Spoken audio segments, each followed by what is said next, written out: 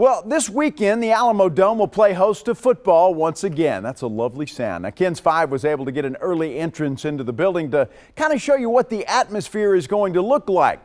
Your tour guide for this evening, Evan Klosky. Joe, we are 2 days away from UTSA hosting its first football game of the 2020 season. We are really excited about that, but there is a lot of information for fans to know when they arrive to the Alamodome for the first time this year. Now, before you even get on the concourse, you have to pass your screening, your temperature checks.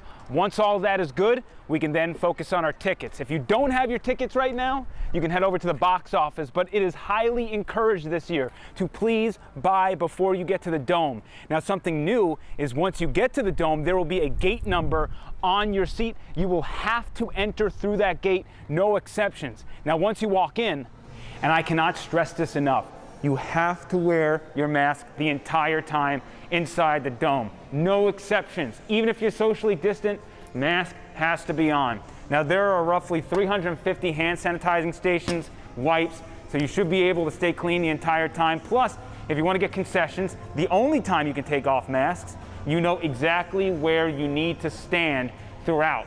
If you want to know the future of what it's like to go to a sporting event, mobile ordering for the concession stands. This thing is really darn cool. Why miss any of the game action when you don't have to? You can now place an order to the concession stand from your seat. There will be a text message that tells you when and where to pick it up. You go right through the express lane, snag it, and come right back down to your seat.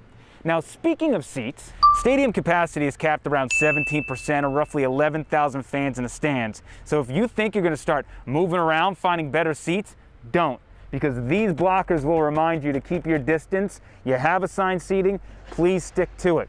Now, when you're leaving the dome, it's a little bit different, sort of like church. Please be patient. Those closest to the exit will go first, then everybody else will follow.